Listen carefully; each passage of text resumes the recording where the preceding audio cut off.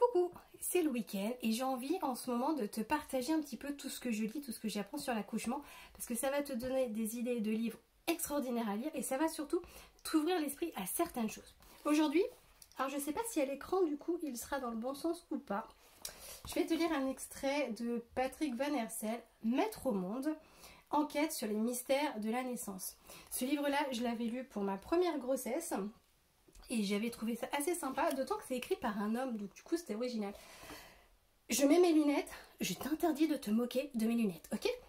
Ouais, c'est moche la vue qui baisse. Mais tu vas voir, le passage que je vais te lire, il est quand même super intéressant. T'as vu, je suis avec ma petite vache, j'adore ma vache, elle est belle, hein? Alors c'est parti, petit passage, je commençais où? Ah, ici. Alors, quand les sages-femmes m'ont demandé une méthode, j'ai eu envie de leur enseigner cela même que je transmettais aux patients. Ne pas partir de l'autre qui sait parce qu'il est médecin ou sage-femme, mais partir de soi, de son corps. Ensuite, ouvrir un espace de communication pour que chacun puisse dire « je n'ai rien senti » ou « je n'ai rien compris » ou « j'ai senti ceci, ça m'a fait mal là ». C'est très dur, surtout pour les Français, même quand c'est très basique.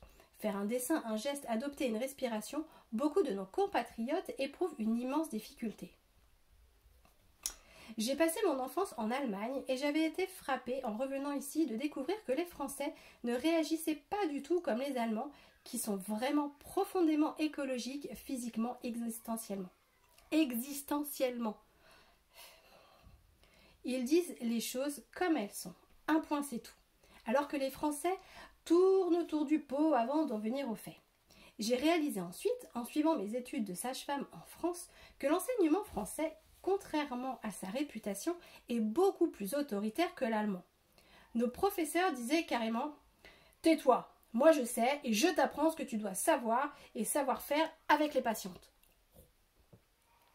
Au début de ma pratique, j'ai appliqué ça sagement, mais très vite, surtout avec les femmes maghrébines qui ne parlaient pas un mot de français et se comportaient suivant leurs propres coutumes, je me suis rendu compte que d'autres méthodes marchaient infiniment mieux. J'observais ces Nord-Africaines avec énormément d'attention et j'étais ahurie. Comment pouvaient-elles garder le sourire avec le visage marqué par la souffrance et en criant parfois très fort? J'ai compris ce dont souffraient les accouchées françaises pendant la délivrance et aussi bien qu'ensuite avec l'allaitement. Attention, de quoi on souffre? Personne ne les écoutait. Tout le monde leur disait ce qu'il fallait faire en appliquant une vision théorique très éloignée de leur intimité, de leur humanité. Avec la péridurale, ça prend des proportions énormes.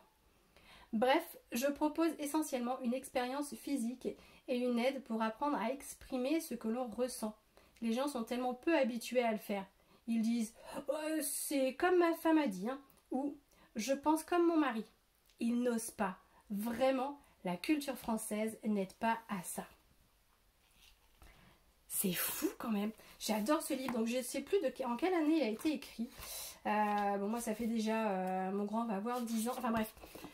Ce livre-là, je le trouve vraiment très intéressant. Il y a des chouettes passages. Et celui que je viens de te lire, je l'aime bien parce qu'effectivement, il te ramène à l'essentiel. C'est-à-dire à toi. C'est à toi d'oser dire. Effectivement, on nous l'enseigne. Et du coup, je suis en train de me dire que je dis beaucoup à mes enfants, tais-toi. Bah ouais, mais en même temps, ils parlent tout le temps, ils parlent fort. Mais on nous apprend ça à l'école, c'est tais-toi, moi je sais, toi tu ne sais pas. Et on le vit beaucoup avec les médecins, cette autorité médicale, on en a déjà parlé, notamment dans mes papotages avec Marie-Hélène. Il y a ce côté, moi j'ai une blouse blanche, moi j'ai fait des études, donc moi je sais. Donc toi maintenant tu vas te taire et tu vas faire ce que je te dis. Et pour l'accouchement, on n'y déroge pas en fait. Tu vas prendre ta péridurale, on va te déclencher, on va te faire un toucher vaginal, on va faire ci, on va faire ça. Ouais ok les gars, stop. Moi, comment je vis les choses, comment je sens. Peut-être que c'est intense, peut-être que j'ai mal, mais qu'en fait je gère. Peut-être que c'est un moment que j'ai envie de vivre, j'ai envie de ce passage initiatique. Donc c'est vraiment quelque chose sur lequel je t'invite à venir travailler. Ça relève aussi du coup de la confiance en soi. Mais la confiance en soi, de toute façon, elle est là dans tous les domaines de ta vie. Ça, c'est indéniable. Donc, avoir cette confiance, oser dire. Bon, je te cache pas, moi niveau communication, je suis un peu une brêle, hein. J'ai du mal à dire les choses. Effectivement, je me retrouve dans ce qu'il dit. C'est pas facile d'aller exprimer ce qu'on ressent profondément, nos émotions, surtout que quand on parle d'accouchement, il y a plein de choses qui relèvent de l'intime, mais vraiment intime, c'est profond, et du coup c'est pas évident de les mettre en mots, c'est pas, voilà, souvent ça reste bloqué là. Je voudrais pouvoir te le dire, mais j'y arrive pas.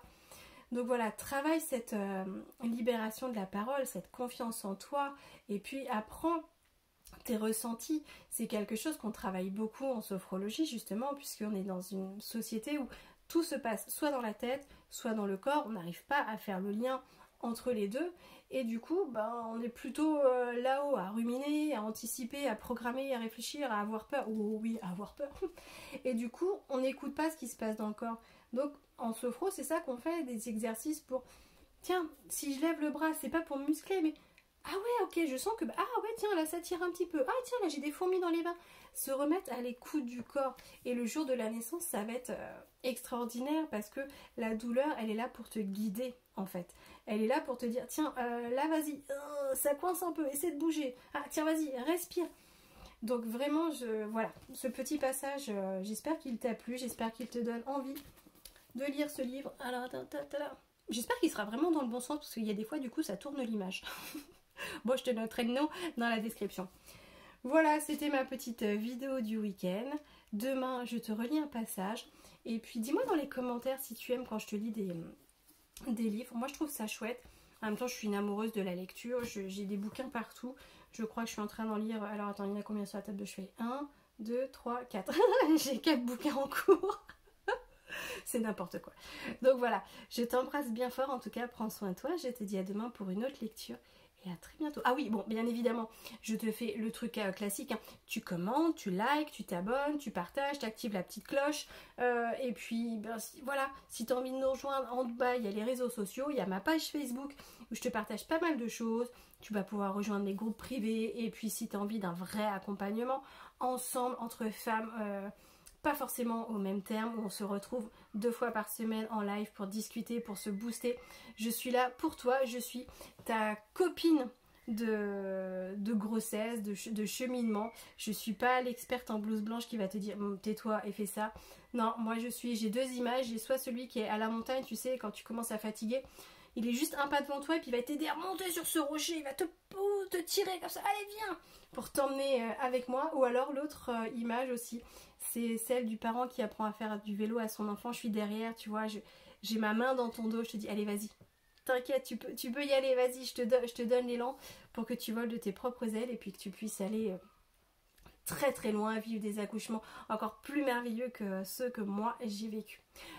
Voilà, je te dis à bientôt, prends soin de toi et bonne lecture, bonne grossesse et bel accouchement. Bye bye.